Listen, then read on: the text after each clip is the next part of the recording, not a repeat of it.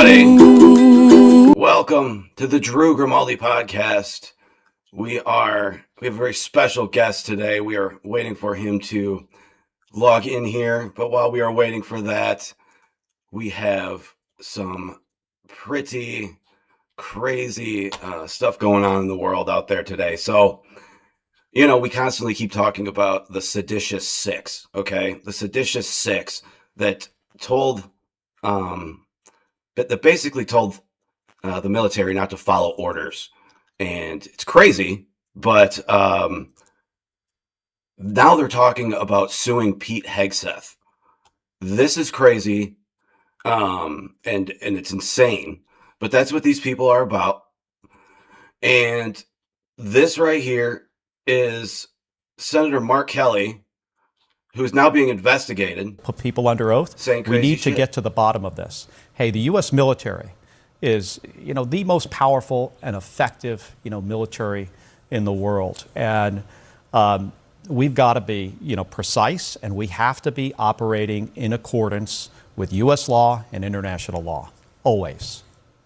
Based on what CNN is reporting, what the Washington Post is reporting, do you believe if there was a second strike to eliminate any survivors, that constitutes a war crime? It seems to.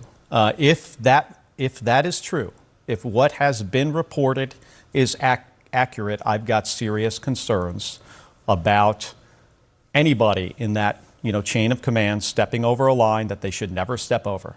We are not Russia.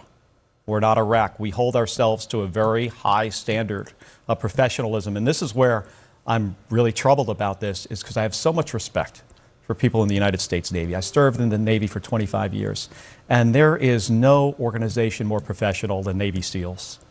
And they should be revered. And that's why I say I hope what I've heard about this strike is not accurate. You mentioned that you were a captain in the Navy. If you received that order, would you have carried it out? No. No, and I'm a guy who, I have sunk 2 ships. I've sunk an OSA-2 missile patrol boat in Kuwait Harbor, a Palnakni troop carrier in the Persian Gulf during the first Gulf War. I never, in that situation, questioned whether those strikes were legal. We were given an order to do this. It was a time of war. These were Iraqi ships with Iraqi crew members who posed a... All right, so we officially have our guest here. Ladies and gentlemen, can you hear me okay, sir? Yes, can you hear me? Yes, I can. Perfect. All right. Well, thank you so much for being here. He is the man, the myth. We'll have public hearings. We'll put people under oath. We need to get to the bottom of that. So thank you so much for being here. You have quite an awesome resume. So you're in Galilee, Israel right now, huh? Yes, I am in the Galilee in Israel, 22 minutes away from the Sea of the Galilee, yes. Wow, that's amazing. I'm a history guy myself, so it's like you talk about history and stuff like that. You're talking about the epicenter of like all sorts of, historical, religious sites and everything like that. So I always thought that was awesome. But Shadi is the founder of the Israeli Christian Aramean Association, the NGO. Sir, what can you let my viewers know what exactly does your organization do? Okay, so you said it right. I'm the founder and president of the Israeli Christian Aramean Association. It's a private NGO, non-profit organization, like 501c3 something in USA it is called. And we are actually operating to preserve our Aramaic language, identity, and culture as a Christian, native Christian of the land of Israel, the land of Aram, which is what was called before also in this region has Aramaic kingdoms like Aram Damascus, Aram Toba, Aram Naharaim, where Abraham came from, for example. We are here in the Galilee doing this preservation work and revival of Aramaic Jesus language and our culture and identity. That's one. Second, we are helping our people to integrate within the state of Israel, within the state institutions, to defend together the state as it is, as a Jewish democratic state of Israel, because this is the only state that we, as a Christian, native Christians, as Israeli citizens, we enjoy its law of order, we enjoy the freedom, and we enjoy the rules of this country, which is equal rules for all citizens as democratic state. So we are living here safely. We are secured by Israeli IDF security and forces that, we are surrounded by enemies from all over, and these are the guarantee for us to continue live here as a Christian safely, together with Jews and other non-Jewish people in this land of Israel or state of Israel. Well, I think too, what a great name for, like the Abraham Accords, for example, because you're talking about all the Abrahamic religions, coming together. And I think that's really a beautiful thing. So we need another accord, by the way. We need the Cedar Accord to build. Yeah. Cedar Accord is also another accord that can build in historical event that is King Hiram of Tyre and King Solomon for this alliance between the Phoenician Aramaic Syriac people and the Jews or the Israelites in this land. This alliance built in the past the Temple Mount. The Temple Mount, as it is called, it was built by King Solomon with the help of the Syro-Phoenician king of Hiram of Tyre, bringing 7,000 engineers from what we call today Lebanon, and bringing 42,000 employees to help build the Temple Mount. This is what we call the Christian-Jewish alliance in this region, because Lebanon used to be a Christian state. It was built by Christian majority at that time, and unfortunately it was taken and kidnapped by Islamic Arab groups from the support of Arab League and Syrian regime back then, and now by the Iranians and other radical groups that they prevent Christian and Jewish alliance in this region and from having a peace between Lebanon and Israel. We need this Cedar Accord again. Interesting. So let me ask you this. So it's always brought up to my attention, right, that like in Israel, you will see Muslims, right? But you go into, like, for example, Palestine, you'll never see a Jewish person over in Palestine, for example. They wouldn't be well. Is that something that you think is really true, or is that something that's kind of blown up by like the Western media? Well, first in Israel, we have 20% of Muslim Arab community. It's 20% of the country. And you have 2% of Christian, native Christian community. And you have 2% of Druze as well. And you can see them living here peacefully within the state of Israel, because, as I said, it's a democracy. It's like your country. It's your USA. It's democracy. But if you go to the West Bank, you will not be able to find in the big cities or in the towns a Jewish guy going alone or walking alone by himself in the streets, because he will be, slaughtered immediately. That's the difference. The difference between a state that is democracy and a state that, or not state, a regime that called Palestinian Authority, that never educated them, his people, for tolerance, for peace, for love. They don't hear these words. They just teach them the hatred curriculum in their education system. And this definitely will not lead to peace. If we want to build peace, we need that this regime that we call it Palestinian Authority be changed. We need to teach those people, not us, but maybe Western power or Western countries, to come and teach them how to love, how to accept, how to recognize, how to respect other people. This teaching come with democracy for maybe 1-2 generations.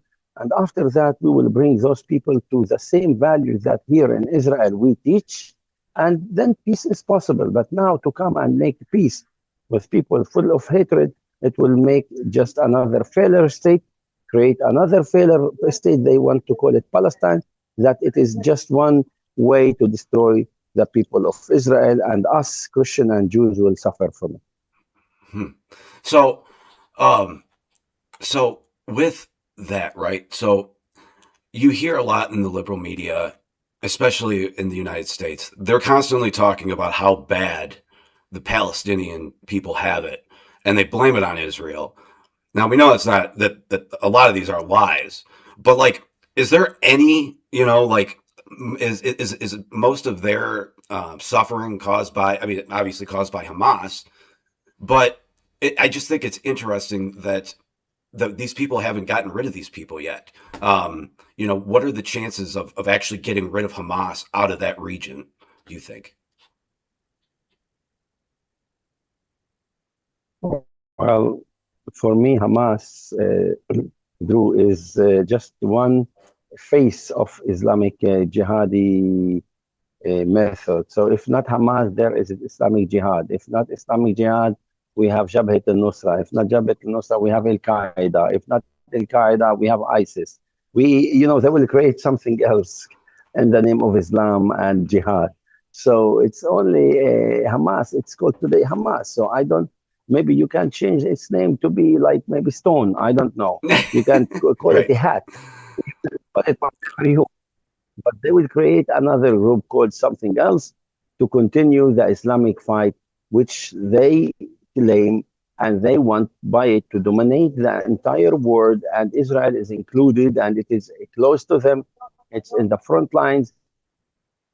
So Israel is first, and once they finish, they continue. Actually, it's not once; it's in parallel. They already, in the name of Palestinian cause, as they call it, they are invading Europe. They are invading USA streets. They're invading cities in USA in the name of this cause that it is covering and deceiving people. And people feel like, sorry, oh, yes, we need to support, they are poor. But they don't know what's behind this cause.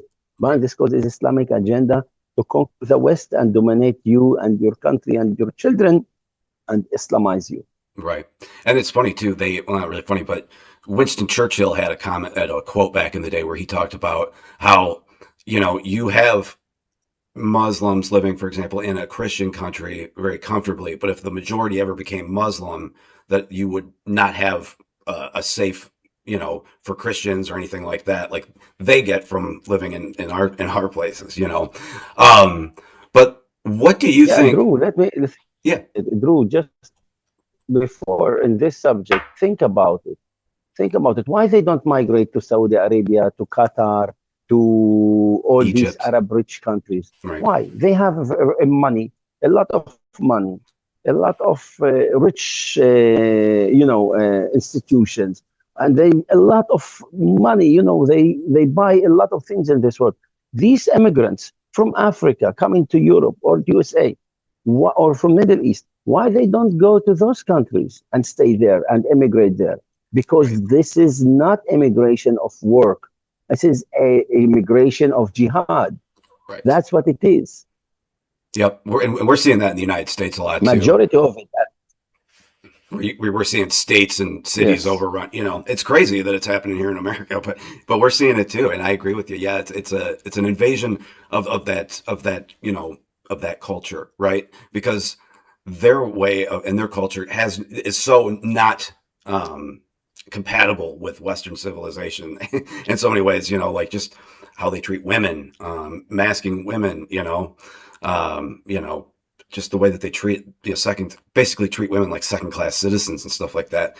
And it's just crazy that to watch the left in the United States and them actually like support that kind of stuff. What would your message be to the people here in the United States that see what's going on and say, hey, I don't know if this fight's really for the United States. Like, what would you say to them? Like, hey, this is a fight for everybody, I would say, right? I mean, what do you think?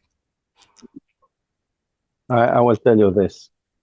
I will tell the United States and the people of America, of the United States of America. I grew up here in Israel. I born, raised an Israeli Christian citizen. My ancestry go back to Jesus' time, and before Jesus, we were called Aramaic people. Arameans speaking Aramaic language, same language of Jesus that he developed from Judaism. That's true, but the Jews spoke our language as Aramaic people. And after becoming Christians, we fought and for 2,000 years to exist in this region.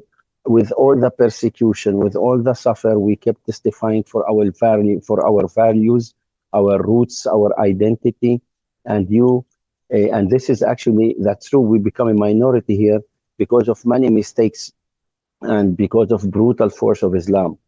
Don't allow this to happen in your country. Don't make your country invaded by this enemy. This enemy want to destroy your culture and dominate you. And it comes in different faces and in different jihadi ways. So please watch out. I speak to you because I love your country. I grew up here, but I studied in USA and I finished my degree, bachelor degree in Las Vegas, Nevada, in international business and finance. I have as a Christian, I actually have many things to share with you and your people, because the Americans are based on Judeo-Christian value. Yeah. And those values we share here as native Christians too. Please preserve and be proud of yourself as American with all the values it is, and anyone who don't want to assimilate and want to invade you in the name of immigration or in the name of different jihadi rights like a Sharia law or other cities being taken by them and want to impose Sharia law, take them out of the country. Protect themselves now, yourself and your people and your future children now. And for the leftist, I will tell them one word. You don't think you created the world. Don't think you are smart. Don't think you are doing a favor for a poor people. You're not doing favor for poor people. This is a monster, and it's a wolf in the face of sheep, and they will invade you and kill you first as liberals and as leftists. You are the first to suffer from them. They look at you as infidel. It doesn't matter how much you help them. Once they take over, you as liberals and you as leftists will be the first to be slaughtered by them and be actually annihilated by them, because your values are against Islam. And so watch out. Stick with your American society and with American values, that is Judeo-Christian values, and protect it together with the conservatives and unite against this threat. Well, so so for my listeners out there, so if somebody wanted to donate to your NGO, how would they go about doing that? They have a website. We have a website called www.aramaic-center.com. And there's a link for donation. You can donate. We have a project for educating the youth, for Aramaic summer camps, for a Christian Jewish program to build leadership for the country, to protect the country and make awareness for the world about our story, so you can learn from it. This is the minimum I can give the Americans and Europeans, to give them the story of Christian and Jews in the land fighting for their existence here. This is the Christians fought for their existence and fighting in Lebanon for their existence, and the Jews here in Israel. We are example for you guys. Learn from this. We did everything good for them before as a Christian. We didn't invade their land. And at the end, they came and annihilate you and submitted Islam by force and convert and many other like different methods. So don't be like fooled by them. They know what exactly they want. And I know Arabic, by the way. I know Aramaic, that's true. I know Arabic too. I read it fluently. I speak it. So I know exactly what they think and how they think. all I can do is to contribute from my knowledge to make awareness to you and help you build a strong America and make America great again. I love this concept. I want you strong country, nation, Well, for America us loves as well, Israel to too. protect us. I know we as Christians as well love Israel, and many Jews here love Israel. And please stick strong and be proud of yourself and protect your country. And we together we will protect each other. Israel doing a lot for the U.S. here, and many contributions for the U.S. here in this land and in this region. And if the U.S. would invest this money in like CIA to do this work, they will not be able to do what Israel do, and it will cost Americans much more. Definitely, yeah. I mean, during the Biden administration, I mean, I just remember it was like Israel was out there fighting the entire world by themselves. It's just like, come on, let's go. You know, it's like it would have been nice to have seen our country at that time do what President Trump has done and stand behind Israel and say, this is never going to happen again, especially something like October 7th.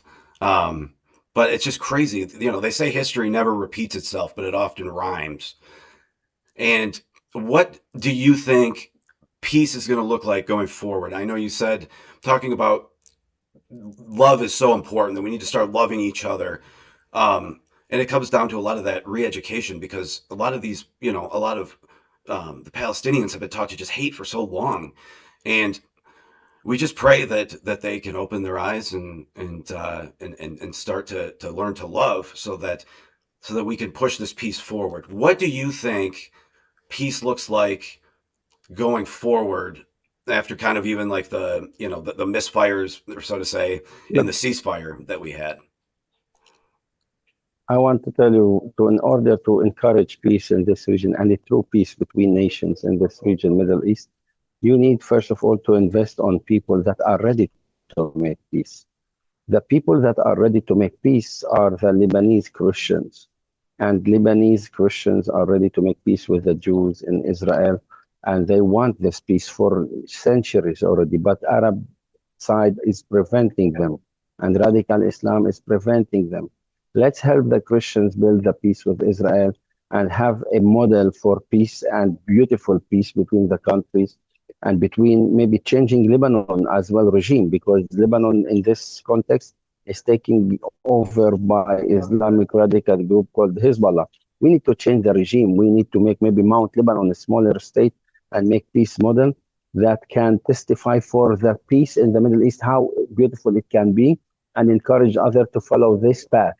This is the way we can do it. Then the others will learn, oh, yes, let's do similar things also with ourselves, with the Jews. And then maybe we can bring peace between other Arab states and other Arab like citizens of the West Bank, Judea, Samaria, with the Jews in this region. But it won't come by itself. It won't come only if you change their minds and their education system. And it will take 1-2 generations to bring them there with believing these values. And we, as a very little NGO, are doing so much for building this model. I am now trying to build the first Aramaic town in Galilee. And this Aramaic town will be the first town with preserving Aramaic identity and language of the country as well, and defend it together with other citizens and with the Jews. This model will show others that peace is possible, and will show others that it's worth to have this peaceful model and alliance between nations, and maybe will encourage others to follow, because it's a beautiful model, and no one at the end want to send his son to die for nothing. Right. So this is the small contribution that we can do as our as NGO organization, as Aramaic organization. What countries would you, are there any other countries that you would like to see join the Abraham Accords? Well, I would see Lebanon, I would see Syria, I would like to see Iraq too, joining that. And at the end, Iran should have a change regime. And if this happens, we have nothing against Iranian people. I think we can have a peace also with these people. You until 1979, we had a beautiful peace with these guys. before this Islamic jihadi Ayatollah regime. Do you I forgot my train of thought there, but um, I had a question. So, what are your thoughts on on what's going on with Christians in Nigeria, for example? You know, is there anything that you think kind of correlates to that, to like the persecution of Christians, for example? You know, like what are your thoughts, and what would you like to see, for example, on the front for like the Christians in, for example, Nigeria? What I would see, my friend, I'm afraid that the Christians of Nigeria would be left alone like the Christians of Lebanon in the face of this brutal Islam. I'm really fearing this will happen, but I hope the world learned from the experience of the Christians of Lebanon and will not allow Nigerian Christians to die for their sake of being Christians. And they will protect them. Trump administration, he is a great believer, a great powerful man that God gave him this hobby and this opportunity to rule the big United States of America. And they have now the obligation to step in and defend those Christian persecuted people around the world. It's the most persecuted religion, and they can do so by the military force and by other means to crash those Islamic radical groups from different ones. It's easy for them in Nigeria to do it from air. You don't need even boots in the ground. You can just destroy them from air. And they know where are the camps. They know where they are hiding, how they hide through civilian population. They hide civilian population. They are themselves the Boko Haram and those terrorists that come from those civilian population as Muslim civilian population, they call themselves. And then at daytime they are civilians, at night they become terrorists. Hmm. So okay, so I remember my question that I wanted to ask like before. in Gaza, same thing like in Gaza. So you have a lot to do for the Christian, and now you have the opportunity with this administration. So you had brought up Syria, that you'd like to see them come in. What are your thoughts? I know they just brought in their new leader, or they had a new person come to power that Trump had over at the White House. There was a lot of controversy around that because they said that he's like a terrorist, a former terrorist, and all of that. What are your thoughts on that? Well, he is a former terrorist. This is a fact. Right. Okay, no one can. It's a fact. It is a fact. He is not denying it. He was in Al Qaeda. He was doing what he was doing. And now he is actually, I think we can, in order to believe this guy, he need to prove that he is the right leader. And Syria should be actually respecting its minorities and its other groups and diversity. Because there's in Syria, to remind you, it was Aramaic Christian people. It was actually, they are the natives of this land. This land spoke Aramaic. It was called the land of Aram. And today in this land, you have a Druze community. You have a Christian indigenous community. You have Alawites. You have Sunnis. And you have Kurds. And the Kurds are not originated from there, by the way, but let's say they are now exist. It's the same, sorry, it's the same like Arabs, that they didn't exist here and now they exist. They came, they invaded from the north, the Kurds, and the Arabs invaded from the south. They are like